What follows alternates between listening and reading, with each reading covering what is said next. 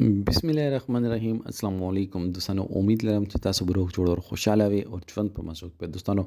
پښتو مشهور سندرغاړي نازیه اقبال باندې اسلام آباد کې قتلانه حمله شوې ده. هغه د قتلانه حمله کې بال بچ شو. د قاتلان څوک دي او دغه باندې د قتلانه حمله ولې کړې ده د بارے کې ټول معلومات په دې ویډیو کې شریک او ورکه تاسو ټول معلومات باندې ځان خبرول غواړي مونږ ویډیو ځان ستر اخره پورې وګورئ چې کوم ملګری مونږ په چینل باندې نوی دي هغه د مونږ چینل مخازن سبسکرایب کړئ.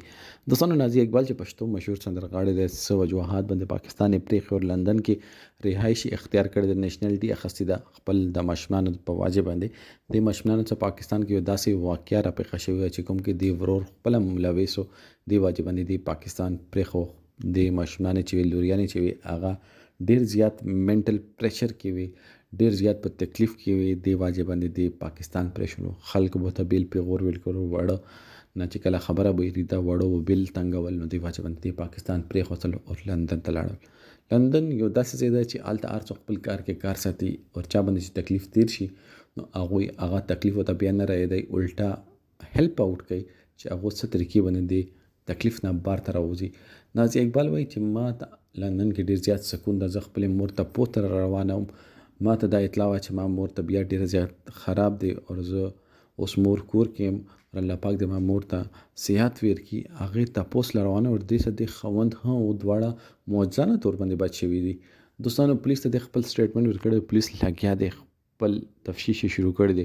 خو دوستانو اخر مونږ چې کوم ځای کې کار نه وي هغه ځای کې مونږ کار ولې لرو ورکه دا بار ژوند کوي د پاکستان کې چا څه بدي نشته چا څه په جایداد باندې تنازع نشته چا څه په پیسو باندې تنازع نشته. دا اخر نه باوجود ایوي زنانه تور سره باندې مونږ څنګه ډس کول شو ایوي زنانه تور سره باندې مونږ تاسو په تسپک ولې قتل شو مونږ سره عام هغه باندې فایرینګ څنګه کول شو. دوستانو مونږ ته پکار ده چې مونږ خپل حدود پیژنو ولې چې مونږ د معاشره کې عدالت شته تا نشته دا مشران شته دي مونږ ته خپل حدود معلومول پکار دي چې مونږ ته پاته وي چې مونږ حدود دغه دي ولې چې نازیه اقبال چې ما خو چا سره دښمنی د ورور مې هغه ما لوریانو سره غلط کار کړی هغه نه بعد هغه ته پانسي سزا ملا شوې ده.